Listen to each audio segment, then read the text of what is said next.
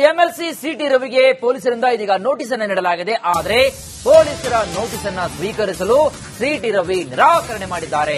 ವಿಚಾರಣೆಗೆ ಬರುವಂತೆ MLC city ರವಿಗೆ notice ಅನ್ನು ಕೊಡಲಾಗಿದೆ. ಯಾವ ವಿಚಾರಕ್ಕೆ? ಮುಲ್ಲಾ ಎದೆ ಸೀಳಿದ್ರೆ 3 ಅಕ್ಷರ ಇಲ್ಲ ಎನ್ನುವಂತಹ ಸಿಟಿ ರವಿ ಅವರ ಈ ಒಂದು ಹೇಳಿಕೆಗೆ ಸಂಬಂಧಪಟ್ಟಂತೆ ಮುದಾಸಿರ್ ಪಾಷಾ ದೂರಿನ ಮೇರೆಗೆ ಎಫ್ಐಆರ್ ಅನ್ನ ದಾಖಲು ಮಾಡಲಾಗಿದೆ. ಚಿಕ್ಕಮಗಳೂರು ನಗರ ಠಾಣೆಯಲ್ಲಿ ಎಫ್ಐಆರ್ ಕೂಡ ದಾಖಲಾಗಿತ್ತು. ಆ ನಿಟ್ಟಿನಲ್ಲಿ ಚಿಕ್ಕಮಗಳೂರು ನಗರ ಠಾಣೆಯ ಪೊಲೀಸರಿಂದ ನೋಟಿಸ್ ಅನ್ನ ಹೊರಡಿಸಿದ್ರು. ಇದೀಗ ಆ ನೋಟಿಸ್ ಅನ್ನ ಕೊಡಲಿಕ್ಕೆ ಬಂದಾಗ ಎಂಎಲ್ಸಿ ಸಿಟಿ ರವಿ ಅವರು ನಾನು ತೆಗೆದುಕೊಳ್ಳಲ್ಲ ಅಂತ ಹೇಳಿದ್ದಾರೆ. ತಾವು ನೋಡ್ತಾ ಇದ್ದಾರೆ ದೃಶ್ಯಾವಳಿಗಳಲ್ಲಿ ಚಿಕ್ಕಮಗಳೂರಿನ ಪೊಲೀಸರು ನೋಟಿಸ್ ಅನ್ನ ಕೊಡ್ಲಿಕ್ಕೆ ಸಿಟಿ ರವಿ ಅವರ ಹತ್ರ ಬಂದಿದ್ದಾರೆ. ಜೊತೆಗೆ ಅವರ ಪರವಾಗಿರತಕ್ಕಂತಹ ವಕೀಲರು ಕೂಡ ಇದ್ದಾರೆ. ಇನ್ನು ಇದೇ ವೇಳೆ ಪೊಲೀಸರು ಹೇಳಿದ್ದಾರೆ ನಿಮಗೆ ನೋಟಿಸ್ ಕೊಡ್ಲಿಕ್ಕೆ ಆದೇಶವಾಗಿದೆ, ಹಾಗಾಗಿ ನೋಟಿಸ್ ಅನ್ನ ತೆಗೆದುಕೊಳ್ಬೇಕಂತಂದಾಗ ಅವರು ನಿರಾಕರಣೆ ಮಾಡಿದ್ದಾರೆ.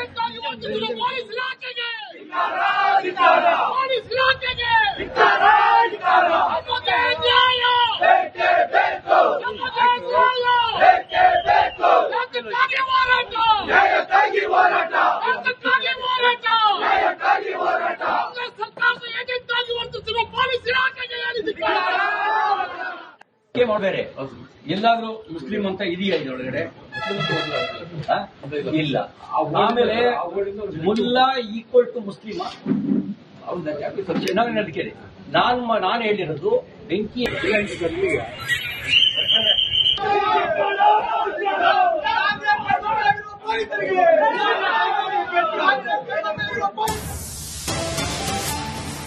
ಸಿಟಿ ರವಿ ಮನೆ ಮುಂದೆ ನೋಟಿಸ್ ಅಂಟಿಸಿದ ಪೊಲೀಸರು, ಅಂಟಿಸಿದ ನೋಟಿಸ್ ಎಸೆದ ಬಿಜೆಪಿ ಕಾರ್ಯಕರ್ತರು.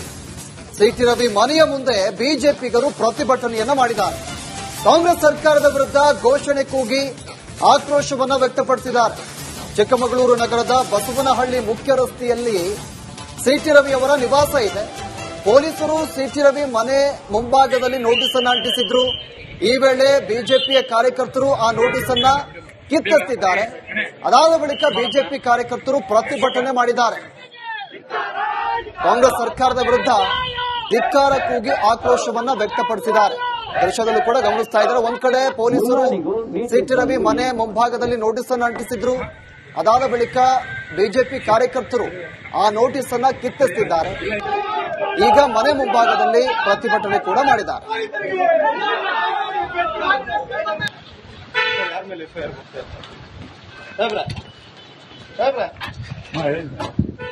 ಇದೇ ವಿಚಾರಕ್ಕೆ ಸಂಬಂಧಪಟ್ಟಂತ ಹೆಚ್ಚಿನ ಡೀಟೇಲ್ಸ್ ಅನ್ನ ಕೊಡ್ತಾರೆ ನಮ್ಮ ಪ್ರತಿನಿಧಿ ಚೇತನ್ ಪದ್ಮಶಾಲಿ ನಮ್ಮ ಜೊತೆ ಫೋನ್ ಸಂಪರ್ಕದಲ್ಲಿದ್ದಾರೆ. ಚೇತನ್, ಈಗ ಈ ನೋಟಿಸ್ ಅಂಟಿಸಿದ್ರು ಮನೆ ಮುಂಭಾಗದಲ್ಲಿ, ಅದಾದ್ಮೇಲೆ ಅಲ್ಲಿರುವಂತಹ ಕಾರ್ಯಕರ್ತರ ನೋಟಿಸ್ ಅನ್ನ ಕಿತ್ತಿಸ್ತಿದ್ದಾರೆ. ಸದ್ಯಕ್ಕೆ ಈಗ ಸಿಟಿ ರವಿ ಯಾವ ರೀತಿಯಾಗಿ ರಿಯಾಕ್ಟ್ ಮಾಡಿದ್ದಾರೆ, ಪೊಲೀಸರು ಏನ್ ಹೇಳ್ತಿದ್ದಾರೆ, ಸದ್ಯಕ್ಕೆ ಏನ್ ಮಾಹಿತಿ ಸಿಗ್ತಾ ಇದೆ? ಪ್ರವೀಣ್, ಏನು ಈ ಘಟನೆ ನಡೆದಿರುವಂತದ್ದು ಗುರುವಾರ ಸಂಜೆ ಒಂದು ಯೂತ್ ಫಾರ್ ನೇಷನ್ ಅನ್ನೋ ಒಂದು ನೇತೃತ್ವದಲ್ಲಿ ಒಂದು ಪ್ರತಿಭಟನೆ ಕೂಡ ನಡೆಯುತ್ತೆ. ಅದು ಮೋದಿ ಫೇವರ್ ಆಗಿ ನಡೆಯುವಂತ ಪ್ರತಿಭಟನೆ. ಆ ಸಂದರ್ಭದಲ್ಲಿ ಒಂದು ಮುಲ್ಲಾಗಳ ಬಗ್ಗೆ ಒಂದು ಹೇಳಿಕೆ ಕೊಟ್ಟಿದ್ದಾರೆ ಅನ್ನೋ ಆರೋಪದಡಿ ಶುಕ್ರವಾರ ನಗರ ಠಾಣೆಯಲ್ಲಿ ಏನು ಜಾಮಿಯಾ ಕಮಿಟಿ ಮಸೀದಿ ಏನಿದೆ ಅಲ್ಲಿಯ ಅಧ್ಯಕ್ಷ ನೀಡಿದ ದೂರಿನ ಮೇಲೆ ಅವತ್ತೇ ರಾತ್ರಿ ಕೂಡ ಶುಕ್ರವಾರ ರಾತ್ರಿ ಕೂಡ ಒಂದು ಪ್ರಕರಣ ದಾಖಲಾಗುತ್ತೆ. ಅದು 353 ಕ್ಲಾಸ್ 2 ಅಡಿಯಲ್ಲಿ ಒಂದು ಎಫ್ಐಆರ್ ನ ಕೂಡ ದಾಖಲು ಮಾಡ್ತಾರೆ.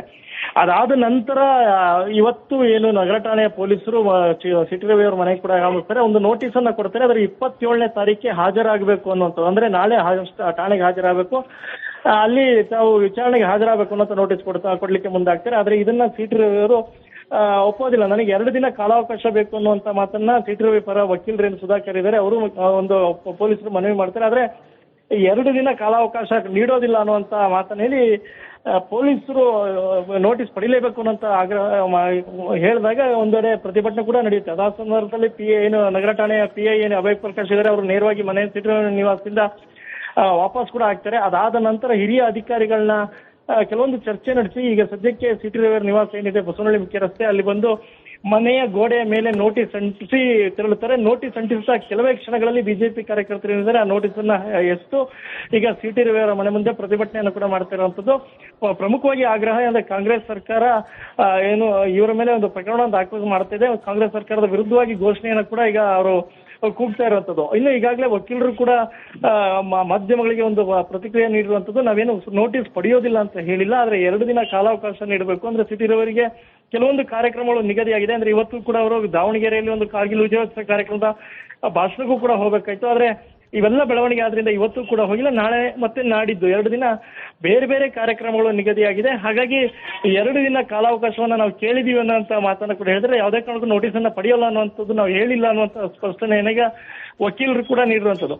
ಈಗ ಸದ್ಯಕ್ಕೆ ಇಲ್ಲಿ ಪೊಲೀಸರ ಜಮಾವಣೆ ಕೂಡ ಆಗಿದೆ. ಒಂದೆಡೆ KSRP ತುಕಡಿಗಳನ್ನ ಕೂಡ ಹಾಕಲಾಗಿದೆ. Praveen, okay, thank you Chetan ತಮ್ಮೆಲ್ಲ ಮಾಹಿತಿಗೆ. ನಾವು ನೋಡಿದ ನೋಡಿ, ಸಿಟಿ ರವಿ ಅವರ ಮನೆಗೆ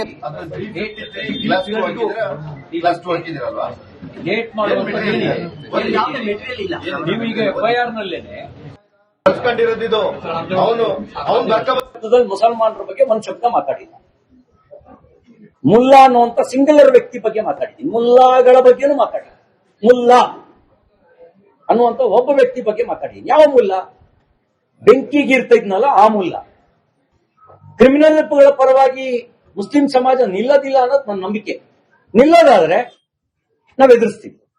ನಮ್ಗೇನಂದ್ರೆ ಹೇಗೆ ಭಯೋತ್ಪಾದಕರಿಗೂ ನಮಗೂ ಸಂಬಂಧ ಇಲ್ಲ ಅಂತ ಹೇಳುತ್ತೋ ಮುಸ್ಲಿಂ ಸಮಾಜ ಡಿಸ್ಕನೆಕ್ಟ್ ಮಾಡ್ಕೊಳ್ತೋ, ಹಂಗೆ ಈ ಕ್ರಿಮಿನಲ್ ಬಗ್ಗೆಯೂ ಡಿಸ್ಕನೆಕ್ಟ್ ಮಾಡ್ಕೋಬೇಕು. ಕನೆಕ್ಟ್ ಮಾಡ್ಕೊಳ್ಳೋದಾದ್ರೆ we can face them also.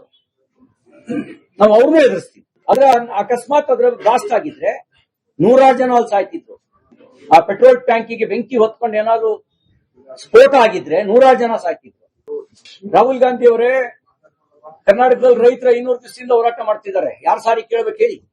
ಇಲ್ಲಿ KPSC ಹಗರಣ. ಚಿಕ್ಕಮಗಳೂರು ನಗರ ಪೊಲೀಸ್ ಠಾಣೆಯ ಇನ್ಸ್ಪೆಕ್ಟರ್ ಇವತ್ತು ನಮ್ಮ ಮಾಜಿ ಸಚಿವರು ಮತ್ತೆ ರಾಷ್ಟ್ರೀಯ ನಾಯಕರಾದಂತಹ CT ರವಿ ಅವರಿಗೆ ಟೌನ್ ಸ್ಟೇಷನ್ ಒಂದು ಪ್ರಕರಣದಲ್ಲಿ ನೋಟಿಸ್ ಅನ್ನ ಜಾರಿ ಮಾಡ್ತೀವಿ ಅಂತೇಳಿ ಇವತ್ತು ಅವ್ರ ಮನೆ ಹತ್ರ ಬಂದಿತ್ತು. ಆ ನೋಟಿಸ್ ಅನ್ನ ಏನು BNSS ಪ್ರಕಾರ ಅವರು ನೋಟಿಸ್ ಜಾರಿ ಮಾಡಲಿಕ್ಕೆ ಬಂದ್ರು. ಆ ನೋಟಿಸ್ ಜಾರಿ ಮಾಡೋದಂತ ಸಂದರ್ಭದಲ್ಲಿ ನಾವು ಅವರಿಗೆ ಒಂದು ರಿಕ್ವೆಸ್ಟ್ ಅನ್ನ ಕೇಳಿದ್ವು ಪೊಲೀಸರಿಗೆ. ಏನಂತಂದ್ರೆ ನಾಳೆನೇ ತನಿಖೆಗೆ ಹಾಜರಾಗಬೇಕು ಅಂತ ಕೇಳ್ತಾ ಇದ್ದಾರೆ. 27ಕ್ಕೆ